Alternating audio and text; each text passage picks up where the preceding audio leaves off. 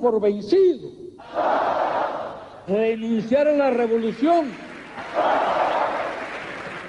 renunciar al socialismo, rendirnos.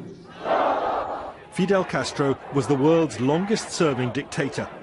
Although the United States often tried to get rid of him, in the end Fidel Castro outlasted 9 American presidents.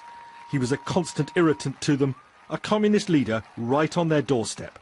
Castro was determined to overthrow the American-backed Batista regime, which happily profited from the corruption and gross inequality of a haven for the playboy.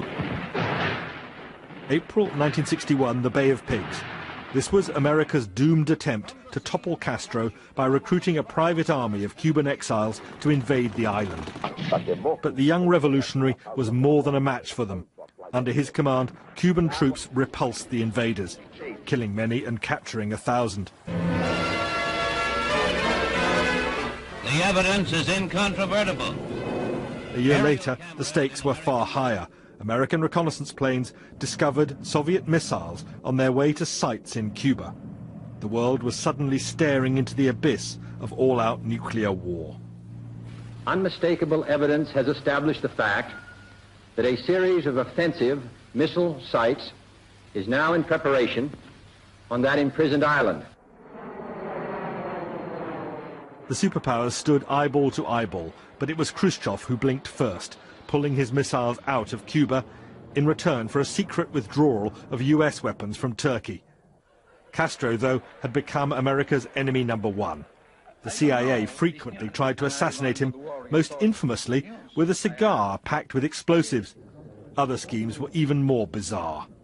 This was a bright idea, that if we got a certain powder to him, if he put it on, his beard would fall out and the Cuban people would all fall over laughing and he would be ridiculed. But while America plotted, the Soviet Union poured money into Cuba. It bought the bulk of the island's sugar harvest, and Russian ships crammed into Havana harbor, bringing in desperately needed goods to beat the American blockade. But when Soviet communism collapsed, so too did Cuba's economy. The little island faced economic collapse. Tempers grew shorter as the food queues grew longer. By the mid-90s, many Cubans had had enough. Thousands took to the sea in a waterborne exodus to Florida. It was a crushing vote of no confidence in Fidel Castro, and the Florida exiles became the focus of a vigorous campaign to undermine Castro's regime. Still, Castro could be proud of some of his achievements. High-quality medical care, freely available for all. Literacy rates matching leading industrialized countries.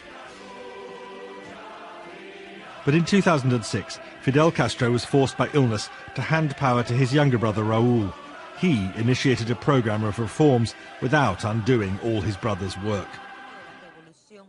Out of power and increasingly frail, Fidel Castro was seen only rarely. This was January 2014. Later that year, the United States and Cuba made their biggest move towards a permanent thaw, hoping to draw a line under the past. But Fidel Castro remained a huge figure of the 20th century, and the Fidel effect will fade only slowly. While many Cubans undoubtedly detested Fidel Castro, others genuinely loved him. They saw him as a David who could stand up to the Goliath of America, who successfully spat in the Yankee eye. For them, Castro was Cuba, and Cuba was Castro.